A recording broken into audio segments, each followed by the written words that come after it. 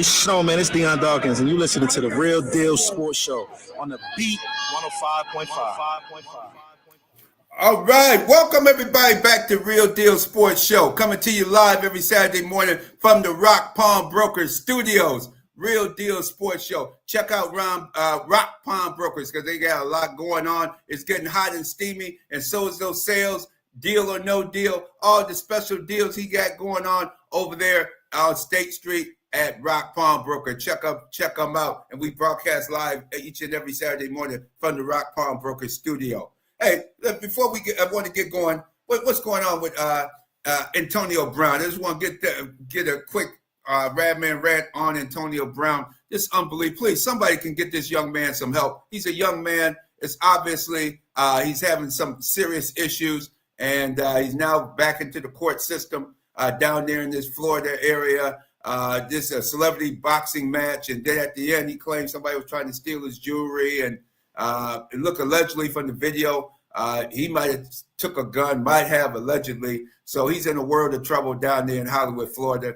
Please get this man some help. And this is also where the National Football League, he left with a bad taste in your mouth, how he left the field. Who will ever forget how Antonio Brown ended his National Football League career by quitting in the middle of a game and taking his shoulder pads and his jersey off and throwing them up into the crowd, and he's walking off the field bare-chested with just his football pants on, waving to the crowd, as we all knew it at the time. Well, this is the last time we're going to see Antonio Brown on the football field. A very, very sad situation to see that type of ending to a stellar career. He could have been he was definitely on his way to a possible Hall of Fame career, but ever since that hit from Burfict, in that playoff game when the Cincinnati guy hit him when he was going across the middle, let's face it, his brain seemed to be scrambled ever since. It's a sad, sad situation to see Antonio Brown acting the way he's been acting. He's been acting strangely since that horrific hit that he took in the National Football League. So we got to be mindful of the hits, and that's why they're not allowing you to hit above the head any longer. They used to hit above the head back in the days when I was growing up. They was hitting guys, clotheslining, body slamming guys, doing whatever they wanted to do. I remember Jim McMahon got power. This guy power drive Jim McMahon into Soldier Field solid turf, which was frozen in the winter season at Soldier Field in Chicago, Illinois. I saw that guy, the guy from the Philadelphia Eagles, just picked him up, put him up like the Undertaker would do in the WWE action. But this was real, and he power drive Jim McMahon. Jim McMahon said he's never been the same either from that hit that he took in that game. He said that was a horrific hit, and how people those injuries can take its toll. And Jim McMahon said he's still suffering from those hits. And a lot of the football players will tell you from that era, they still suffer from a lot of those hits that they took when you could go above the head. And unfortunately, Antonio Brown was hit above the head by Burfict. Burfict is no longer in the league because he continued to hit people above the head, and he basically blackballed from the National Football League because of he just would not he was an old school player. He was playing like it was in the 70s and 80s, and here he is in 2000 era playing like that. But we hope Antonio Brown gets the help that he needs because that's a shame that he was that he continues to act in that fashion here on Real Deal Sports Show. We tell it like it is. J-GILLZ, look like J-GILLZ, you just popped on. Good morning. Just came into the studio. J-GILLZ, welcome to Real Deal Sports Show. Oh, man, always happy to be right here on the Real Deal Sports Show. Absolutely.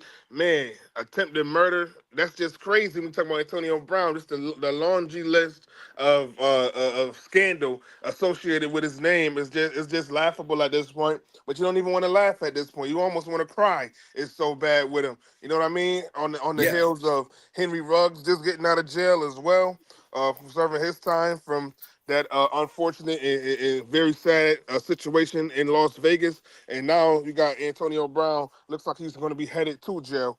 It's just a so sad situation.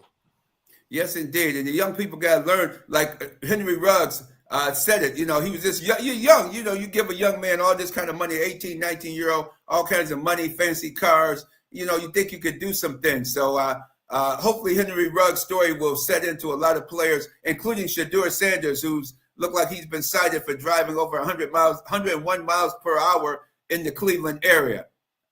J-GILLZ, they know who Shedeur Sanders are.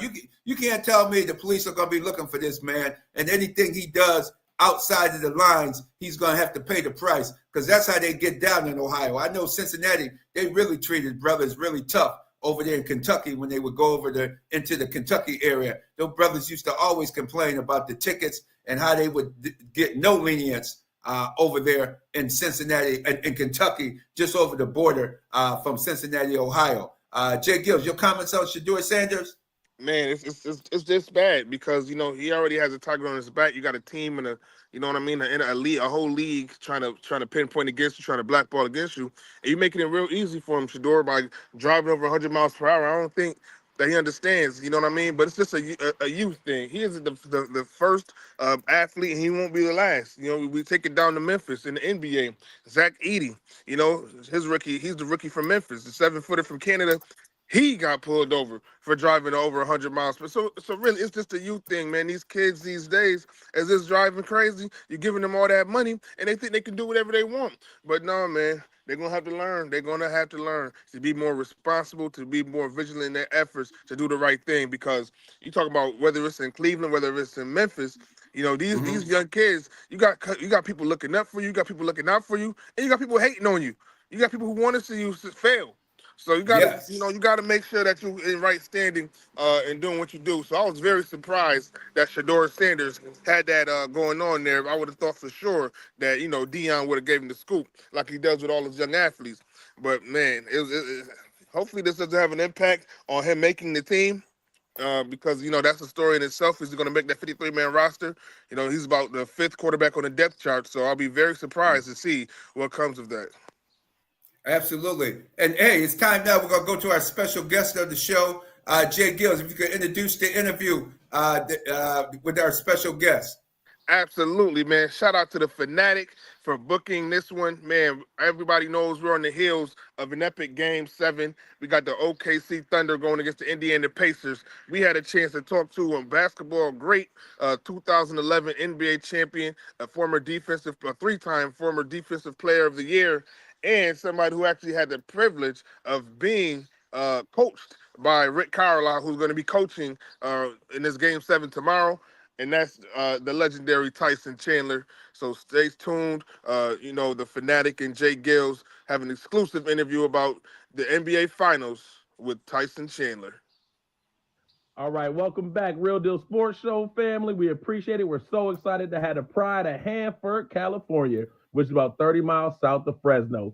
Former high school teammate at Dominguez High School with Detroit Pistons champion Tayshaun Prince, the 2nd overall pick of the 2001 NBA draft by the Clippers, but he never played for the Clippers. He was immediately traded to the Bulls. He is an NBA Defensive Player of the Year back in 2012. Made not 1, not 2, but 3 all defensive teams in his career. That's for you, LeBron. McDonald's All-American, 2-time Mr. Basketball in the basketball-rich state of California, and, of course, champion. Champion with the 2011 Dallas Mavericks as they beat the LeBron, Wade, and Chris Bosh Heat team 4-2. Please welcome to the Real Deal Sports Show, Mr. Tyson Chandler. Mr. Tyson Chandler, how are you, sir? I'm doing good. That was a heck of an intro. Thank you. Hey, man, you a champion, man, and you family. You know how we get down, so I'm excited Absolutely. for you to be here, man. Thank you so much for taking time out of your day. Yeah, for sure. Appreciate you. No doubt, man. So, hey, we just want to kick it off. We're here with J-GILLZ. Just talk to us. What's some of your thoughts on the NBA Finals, going to a Game 7? And you talk to our audience about just playing in like a pressurized big game, like a Game 7. What does that kind of look like, feel like, as these teams will buckle it up tomorrow night on Sunday night as we get to decide an NBA champion? Yeah, I'm honestly so excited as a basketball fan. Being able to see a Game 7, it's the best moment in sports. It's win or go home, win or take all. It's you're going to see the best of the best athletes, and athletes rising to this occasion, fighting for what they want. The whole season is now coming down to this one special moment. So it's nothing like this. So I love and look forward to Game 7s. Love it. Love it. J-GILLZ. Absolutely. Tyson Chandler, a great player throughout the league. Fanatic doesn't run your accolades, but some would say that you are a true piece of a championship team. Take it back to 2011. What are those type of pieces? And on both sides of OKC and Indiana, what is it going to take from those type of pieces? Maybe not the superstar, but the role players. What is it going to take for them to actually come out and get that first championship from each team? You know what? It's going to be that. It's going to take that to win. It's going to take all the, quote unquote role players to really give the pace of the game, to give the attitude of the game, and bring the will of the game. The stars and the highlight players are going to get shots up. But the thing is game sevens and these moments are so intense. They're really honestly decided by the others, because the game plans go out the window at this point, and everybody's keying in on whomever. Indiana's going to be keying in on Shea, and then in the opposite for Oklahoma, keying in for Hollenberg and Arsiakam. But it's going to take the little plays, the loose balls, the things that TJ have been doing. It's going to take somebody's going to put one of the teams over the hump. And I doubt it's going to come from. I mean, the bigger name guys are going to do what they're going to do, but somebody's going to have to tilt the game one way, and it's going to come from a surprise. I love that, Tyson. Hey, man, I would say a winning. People call them glue guys. The others, as I heard you say, I like to call them the championship winning players. Man, that TJ McCollum, he's been doing that. Like that. Yeah, man, and that was definitely you. And I would say that whether you were here or not, man. And so, to me, can you give us an idea when you look at that? You are a champion. We hear a lot of media pundits talk about how hard it is to win the championship. Yeah. I mean, I know how hard it is to do it in baseball, and little league, and high school, but I can only imagine the NBA. Can you give us a comparison of what it feels like to go from playing in the regular season to the playoffs, to then playoffs, to the finals, to then finals, to actually winning it and being a champion? How does that feel, and how does that level up feel? You know what? So the regular season is for, it's everything you worked on. It's the show. You it's a grind. It's 82 games. So you could be on back-to-backs. There's all these other circumstances. But when it comes to the playoffs, it's different. Everybody's on the same schedule. You're gonna be facing somebody for a 7-game series, so you're gonna know them very well. The intensity turns up, and then each round it just steps up another level. The intensity, really turns up, and the closer you get, to the conference finals and then the finals, it just gets more intense. And then when you get to the conference finals, it's now that you're a step away from your dream. You're a step away from everything that you've worked through from not even training camp, from before that you were doing by yourself. Whether you were getting healthy that summer, trying to prepare for the season, or whether you were training, that entire summer for this moment that happens a whole year later. So it's now you're a step away from that moment, and so now it's getting even a little more intense, a little more laser focused. And then once you get into the finals, it's like first you're in the finals and it's this big media blitz, and so your eyes are gonna automatically know it's different, because it's a different feeling, because now everything is different. Media availability is different. Scheduling is different. Walk to different, when you get to everything, all of a sudden, you can tell there's more people, there's more cameras, it's more of a show. So then now, you're on the stage. And then, the first couple of games are filling out, especially, the road team to the home team, and then vice versa. It's kind of like, those boxers filling each other out. After you got past them, those first wave of 4 games, both teams either, held court on their home or lost one and got it back, whatever. Then you get to going back and forth. After the first 4 games, you know each other. After the first couple of games, but after the first 4 games, you know each other. Now it's all will. Then get down, for me, it was game 6, closing the deal out. When even for just the final seconds, all the way leading up, but the final seconds of getting to that moment, it's like everything, you're playing intense, you're locked in, but it's like you're playing with everything that you've worked up to get to this point. And then when you finally get over that hill and it's like you finally won, you're standing on that stage and you can't believe that, like, you're now a part of history. You can't have it taken away. Like, you're now part of basketball royalty. And the length of the season and the ups and downs, it's so hard to get to that moment. For me, it was in either year 10 or 12. And at that point, I didn't think that it was in my future, if I'm being honest. Like, I was doing everything to be a champion. I never took any summers off. I never cheated the game, but I just didn't think I was going to be on a team that had enough. I was on the New Orleans team, and we were an incredible team, and I believed. And then we started running into other teams. I realized we just didn't have enough, a full team. We ran into the Spurs. We went Game 7 with the Spurs, with that young New Orleans teams, and the Spurs just had a little more than us. They had a little more experience. They had a little more bench experience. They had like a little more experience in that moment. And then the team gets broken up after that. So there is no growth. There is no, you have the ability to do what Oklahoma City did and grow together, whatever the case may be. So you have that factor too. That's out of your control. So it's, you could go through, a career lifetime and never really be on a team that really actually even has a shot to win. I would say I was only on a couple teams that legit had a shot to win in my entire career. So I played 19 years. I would say maybe out of those 19 years, three years I legit had a chance to compete for a title. 3 to 4 years.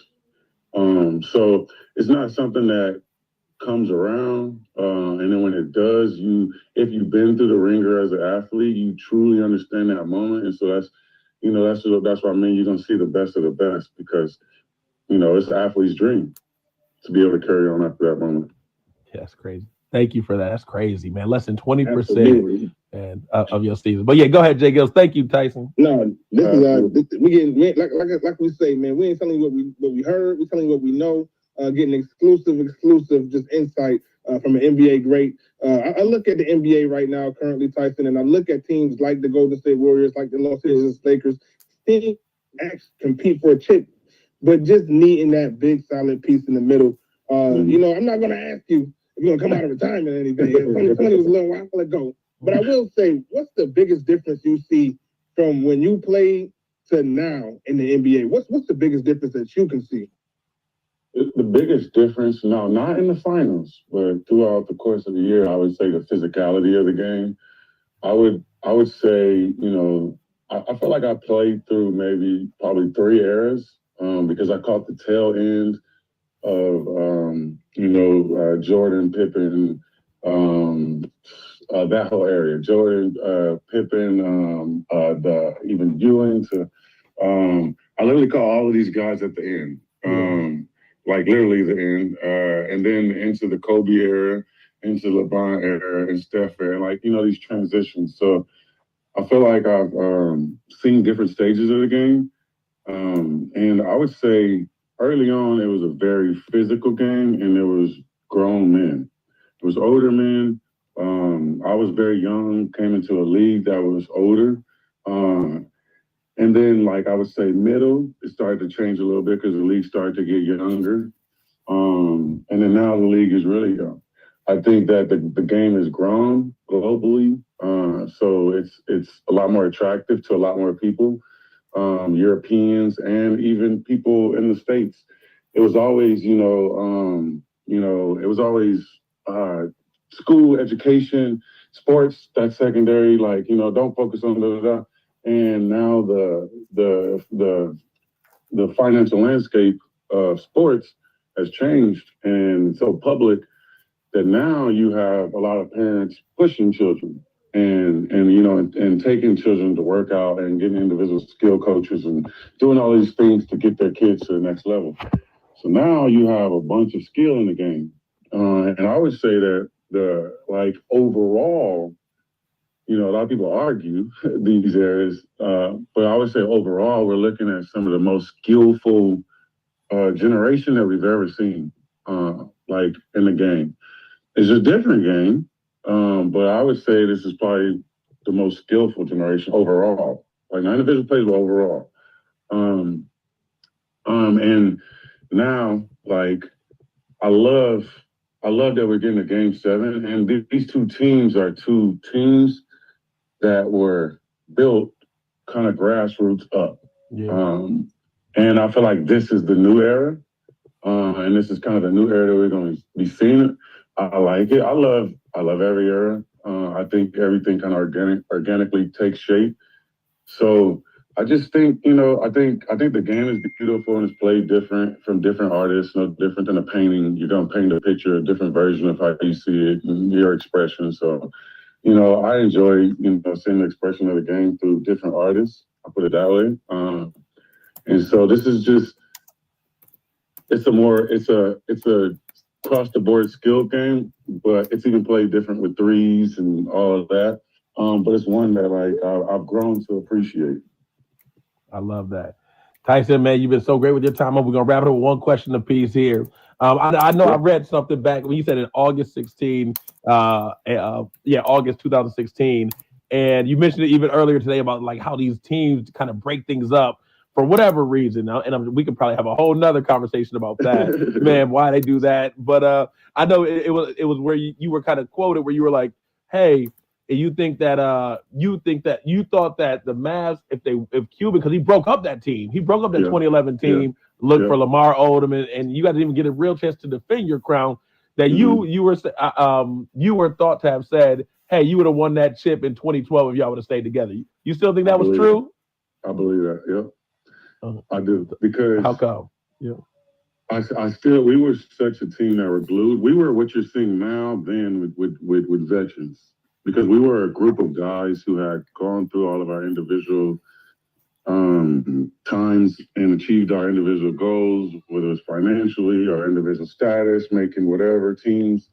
And so it was a team that just genuinely wanted to buy in and win a championship. And so funny, coached by Rick Carlisle, saying like, you know, a lot of similarities. And so I just really honestly feel like that team and just where we were, we could have ran back to back. I believe that if we didn't win, we would have been back. So, and so yeah. I love it. I love that. That champion mentality, you still got it. Go ahead, J-GILLZ. Take us home, baby.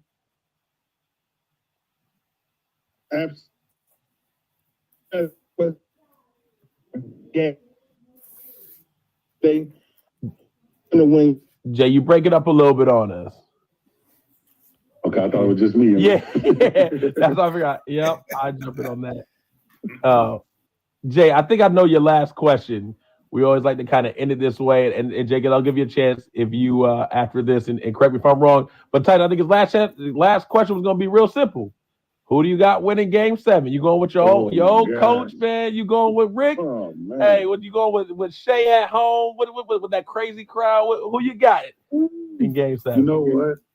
I was able to call the game up to this point. I like the games because, you know, you can kind of get a rhythm of the games as an athlete, kind of looking back and seeing, and you know, and I could kind of see the state of the guys and where, you know, and I called it right up to this point. I don't think I can call this game, if I'm being honest. I will try. I'm thinking about it right now, just going on a limb with something.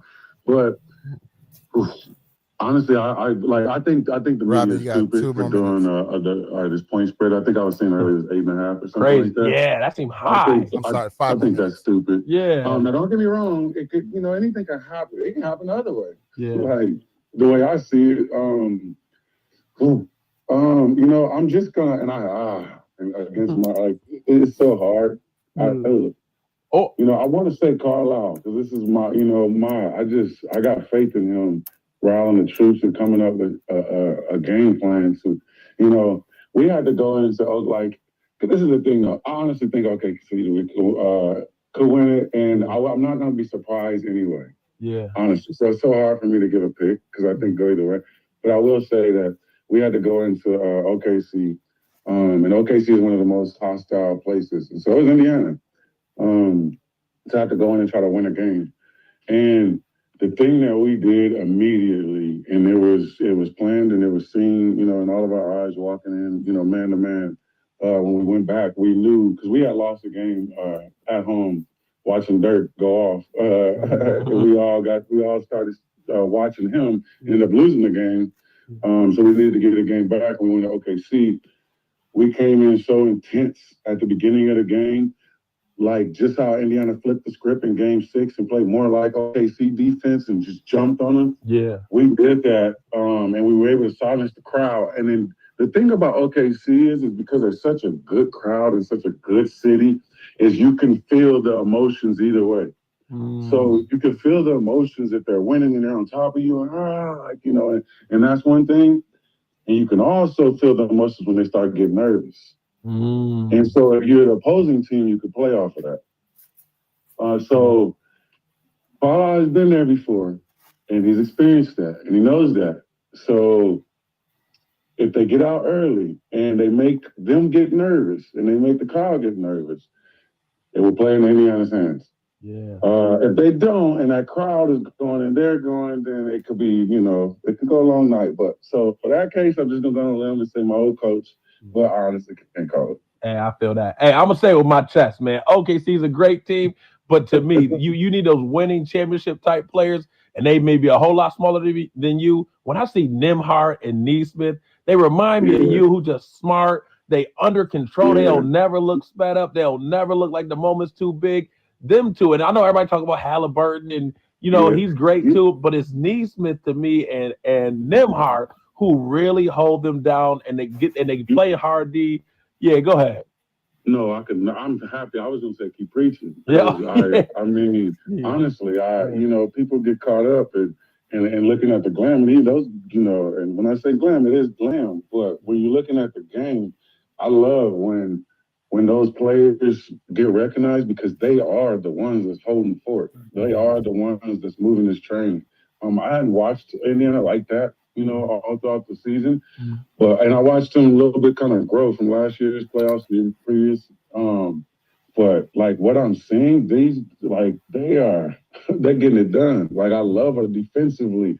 The energy, they are not scared of no moment. Yeah. Like they picking up full court and making every play. And who does that? We got cats who can't play every other game, man. These guys picking up like we at the park playing 94 feet, man. You know what I mean? Like, come on, I love that. Excuses. I about a love minute and a this half of the left. game. It's bringing back pure love and passion of the game. Them dudes are so focused. Like you could see it through the TV that they executing the game plan. Yeah. I mean, it ain't no flopping. It ain't no like they fall, they getting sprained ankles, they getting right back up. Like that's what I mean by because the sheer passion of wanting to win. It's all that other stuff is out of the window. And we've seen some years in the finals where we've seen some prima donna stuff, like in a finals moment. Yep. Where it's like, come on, bro. Yeah. And everybody that's on the couch who either play sports or want to play sports, it's like, dog, come on, man, dog. If I was, come on now, come on, like we all sit there in that moment, and especially when it's the finals, man. Come on, man. What I mean? Like, not the finals. Like not now, dog. Yeah, not come now. on. So to see what I'm seeing, it's just good for the game. It is, man. And you know what? And what's good for the game is good for our show, the Real Deal Sports Show, man. And this ain't nothing better than having Mr. Tyson Chandler, a champion who never, man, played through everything, man.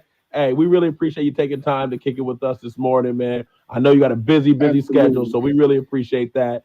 So yeah, we're gonna go ahead and wrap it up. No, anytime you want to come through and to speak your mind on any sports, not just basketball. I know you're a man of many talents. You always got a home right here on the Real Deal Sports Show. I appreciate that, but thank you guys for having me. All right, appreciate it, man. We'll talk to you soon. Thank you. Appreciate it, man. God bless.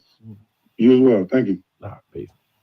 Wow. J-GILLZ, excellent interview with Tyson, former NBA champion Tyson Chandler of the Dallas Mavericks at the time. Wow. Hey, great interview, guys. But you guys want to wrap that up on that one? J-GILLZ? Oh yeah, man. That was just exclusive insight right there. So if you're placing your bets, I don't know, you might got to go with the experienced team, Rick Carlisle, the experienced head coach, and really make it happen. But that was excellent insight, man, about the NBAs of the past, the NBA of today, and we just really had a great time chopping it up with him. Ain't that right, Fanatic? Yes, sir, man. That was a good time. Real good dude, real humble dude, chill, just like everyday people. I enjoyed the whole time. J-GILLZ, you do your thing. One of the best interviewers in America, man. And to me, it was just dope. What I really enjoyed was when he talked about the different eras. And I was like, yeah, he got the end of it in the late 90s with the Jordan era and then the Kobe era. And then it gets into the LeBron Steph era, man. That's a lot of different basketball. And I just love how he broke it down because I think to us all visually, regular season basketball, I'm like, I watch it, but it's not that great. And then you get to the playoffs and you're like, oh, this is what it is. Then you get to the finals and you're like, oh, yeah, this is the basketball that we all grew up playing and loving. So, I like how he broke it down. The regular season is the entertainment, and then you get the real ball in the playoffs and even more real ball in the finals. So, J-GILLZ, appreciate you for taking the time to kick it with me with Tyson. And then, Radman, hey, appreciate you for playing that interview in its entirety.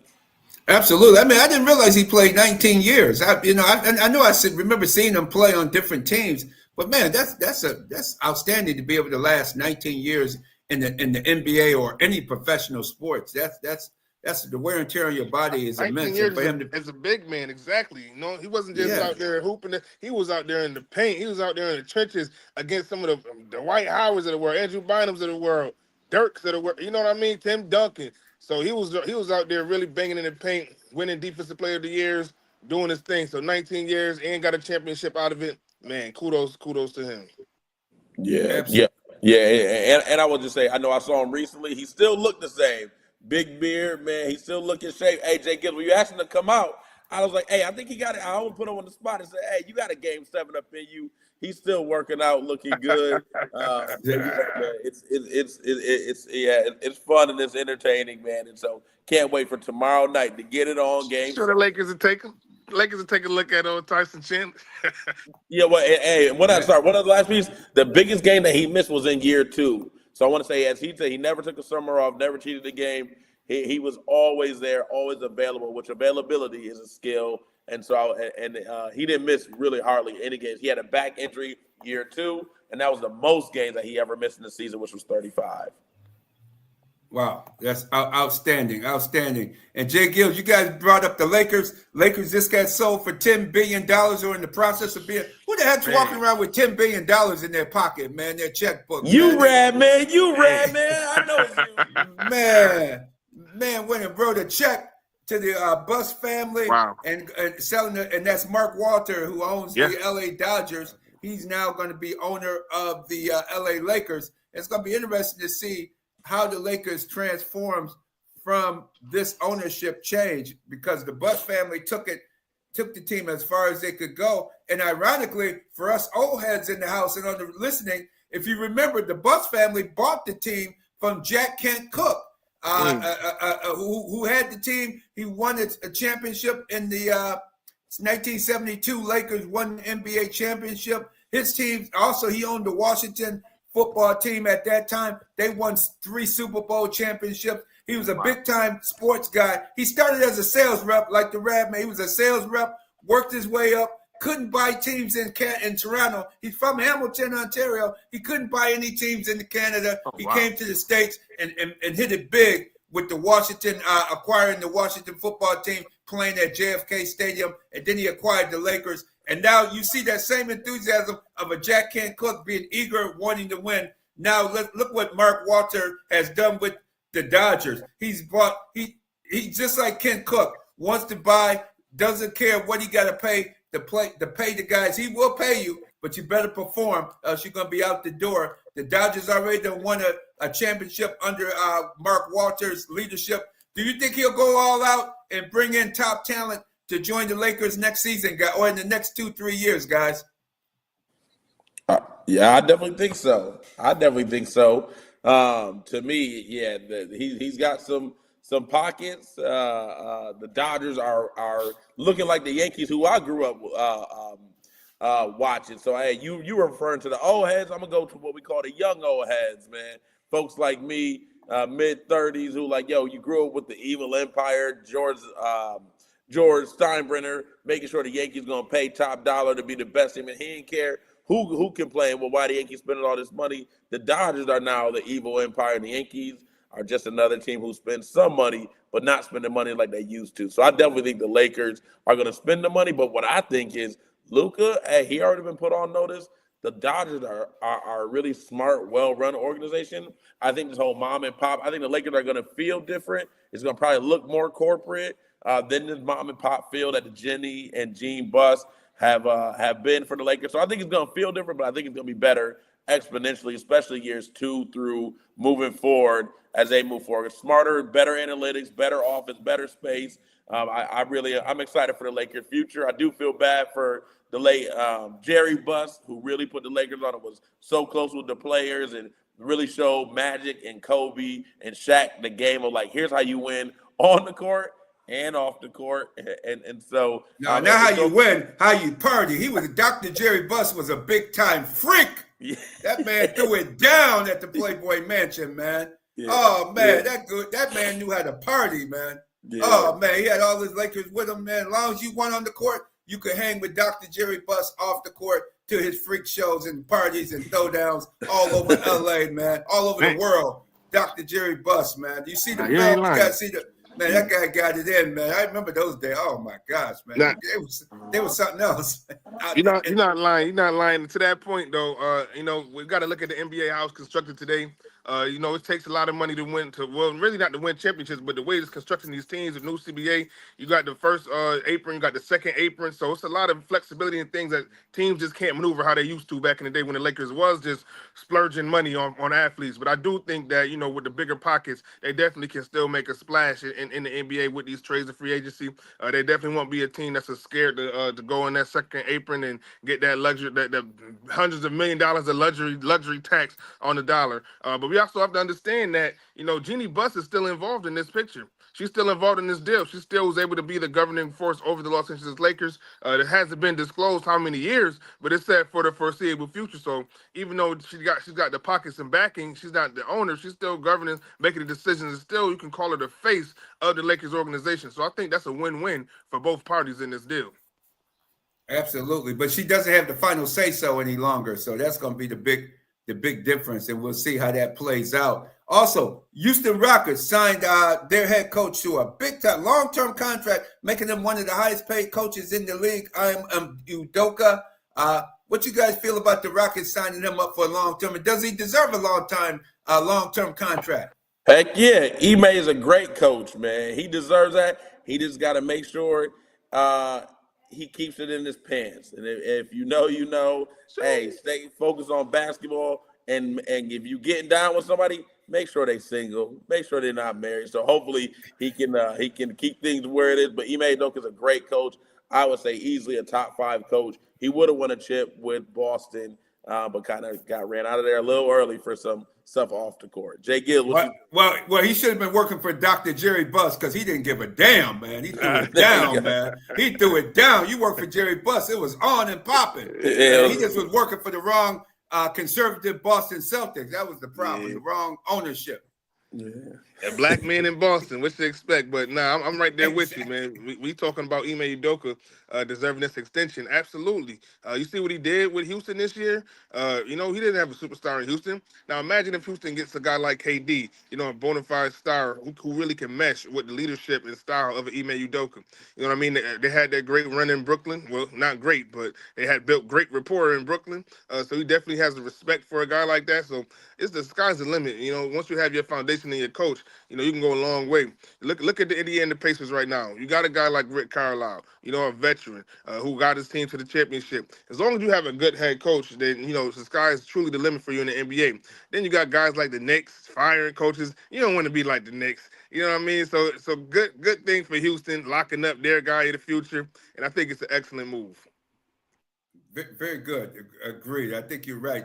Houston's on the move forward. They're getting positive. You got a lot of good teams out west. Oklahoma City going to have trouble next season because some of these teams are getting better and better. So it should be interesting Game 7 tomorrow night. But Houston, but other teams are, as you can see, are growing their product and getting their teams going. Hey, we have Morris Thompson down on the Beltway out there in the D.C. area. He says, get rid of both Jameses. It'll be much better in LA without the Jameses. I don't know all about that, Fanatic. What's your take on that? Hey, LeBron is the only thing that, well, I can't say the only thing these days because Luka's there. But yeah, LeBron, it's almost his time. But just like Tyson Chandler, again, 19 years as a great veteran, a really glue guy, a winning championship type player. LeBron is still that guy. He's not the superstar, but now LeBron is a winning glue guy, winning championship type player. Luka's got to take the mantle. Lakers can definitely not let go of LeBron. Definitely gonna need him in there as they move forward. Absolutely. Get what you think.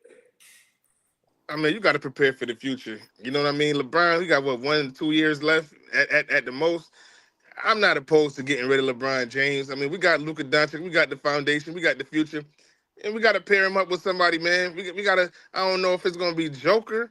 I don't know if it's going to be Giannis, but we're going to have to pair him up with somebody in L.A. I'm telling you, I think that as LeBron exits and departs from the Lakers will begin to ascend again, in my opinion. So I think that as long as we got LeBron, I'm definitely happy for him. But especially getting paid $50 million, now you talking about paying $50 million to a guy who's not going to be a superstar, but going to be a Hall of Fame glue guy. Oh, he's going to give you 30. His defense ain't going to be top notch. He's 40. He's a hamstring away. You paying him $50 million a year. Nah, man. If I'm gonna pay $50 million, I'm gonna need Joker or somebody. I need a bona fide stock to pair along with my guy. So I don't know about both the Jameses. I'll keep Bronny, but Papa Jan's got to go.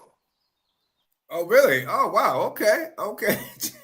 I'm surprised at that one. Hey, it's $50 million. Hey, man, it's good work if you can get it, man. If you can make that kind of bread. But yes, indeed. J-GILLZ. I know one of your favorite clients here. Who's this next segment of the show sponsored by? Oh, man, absolutely. Advantage Federal Credit Union, auto loans, Visa cards, student checking accounts, and much more. I know that where I work at, the kids are clamoring to get their work permits. So get your work permit and then go down to Advantage Federal Credit Union, start you up a student checking accounts, and maybe a Visa card if it's not too early. Get that credit right young, and definitely over at Advantage Federal Credit Union, AdvantageFCU.org. Absolutely. And guys, in the NFL, we have the Ravens, the Jets. I was surprised. C.J. Mosley, one of my favorite guys, outstanding player at the University of Alabama, outstanding player with the Baltimore Ravens. Then he went over to the Jets, and he tried to help the Jets. The Jets didn't help himself with surrounding with other talent on the offensive side of the ball. But C.J. Mosley called it quits. He retired earlier this week. Very good football player. But you see him, more and more guys are starting to realize, hey, man, the body just can't take it. He has neck and back injuries. And, hey, it's time to – these guys nowadays, I'm noticing they starting to understand, hey, it's time to say when to say when to get to retirement. And also, J-GILLZ, your favorite guy, Teron Armstead, former Miami Dolphin, just announced his retirement. But he was on a podcast this week saying that he hurt his knee back in 2015, and his knee never recovered. He never recovered from that knee injury. And he said he had to take not all kinds, but he took some painkillers just to stay on the field. And that's almost 10 years, man. What's your comments around Teron Armstead trying to play through all of these injuries? Man, yeah, so I'll start with the first news that you broke, C.J. Mosley. First of all, it's easy to retire after you made a career earning of $94 million in career earnings. These players are making a lot more money and a lot sooner. So you're definitely going to see a lot more people retiring at a younger age. And to me, there's nothing wrong with that. You still got your health. You're in your mid to late 30s. And you're able to have all that millions of dollars. And at that point, hopefully you've invested well. So it's nothing wrong with that to me. But yeah, going on to Teron Armstead, that was just he's been known for his struggles throughout his career, really. That's why. But again, people still going to pay him that money. But yeah, he's been known for his struggles, known for his knees concerns, and I'm not surprised at all. But you got to do what you got to do to get that second contract, to get that coveted third contract at millions and millions of dollars. So you're going to stay on as long as you can until you just can't anymore. But to me, the more shocking news that I heard in that interview was the comparison of Tua Tagovailoa to a guy, a Hall of Famer, Drew Brees. See, I've been trying to tell y'all, man, that's straight from Teron's mouth. He said that Tua got that Brees in him. He got that Drew Brees in him. That when he on the field and he going, it's go time. He's cerebral. He's an assassin, and we just got to get that offensive line right. So now that we got that, those excellent guys coming in, I think you're going to see a different Tua moving forward in this league. Oh, definitely. Yeah. That was a other comment. But you see it more and more in these guys. Once they retire, then they tell you that they were injured and how they play. And we knew Teron Armstead was injured. Man, he's been injured. Man, I remember the game in Buffalo. He threw his helmet off. He was on the field. They came out to check him out. He took his helmet and threw it up the runway, man, as he was leaving the Bills Stadium. We knew he wasn't coming back, and that was like in the first quarter of the game. We knew he wasn't coming back. So he's one of those guys that, man, you just can't stay on the field. It's time to retire, right, Fanatic? Definitely, yeah. Teron, man, but we know Teron Armstead, yes, it's time to retire. CJ Mosley, I'm glad these cats are getting out earlier rather than later, as we talked earlier. Antonio Brown, a lot of these guys can end up like Antonio Brown. We know the unfortunate pieces of what Antonio Brown is doing, and we know how things unfortunately ended for somebody like a Junior Seau.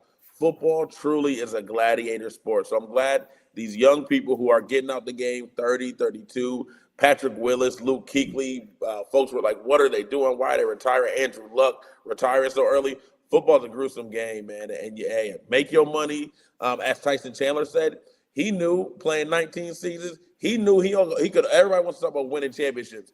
You don't control always who's on your roster versus how stacked the other rosters are. To be I could only imagine playing football and knowing that you on the Jets, where you ain't got a chance to win a chip. Tyson Chandler said he had 3 to 4 seasons where he thought he really could win a chip out of 19 seasons. I couldn't imagine. That's basketball. I couldn't imagine doing that in football. So I'm glad and happy for these cats. Get your money, try it, leave a legacy, set up generational wealth, get a good financial advisor that you trust, put some good investments in, and get out the game, man. It's hard to be the Tom Brady's of the world, to be a champion like that. If you could get to one and get one, do your thing, but no need to hang on because this game is too gruesome and you only get one body.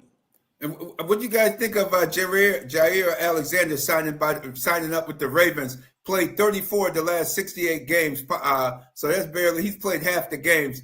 Basically. He quit on Green Bay, man. Him and Matt LaFleur. When Matt LaFleur didn't let him be a captain in his home city, the real Queen City, good old Charlotte, North Carolina, that was over for their relationship. Jair, if this is now time, hey, I done dogged it with the Packers. Hey, he better turn it up because the Ravens going to be on prime time, I feel like, every other week. So he going to be out there in the spotlight. He going back with his college teammate, Lamar Jackson, Action Jackson. Hey, that Ravens team is stacked again. The AFC, Kansas City, Travis Kelce said he lost some weight. Of course, Buffalo, Cincinnati, Cincinnati. So it's gonna be fun in the AFC. Look out for my New England Patriots. Hey, Jair, he better start balling. J-GILLZ, what you think of that, man? I thought it was the wrong move. To be completely honest, I thought it was the wrong move by Baltimore. I understand that's Lamar's college teammate. You know what I mean? But I look at the survey and the landscape of who's available. A guy like Jalen Ramsey, man, would have really truly took that defense over the top. You pair him with the likes of the secondary over in Baltimore.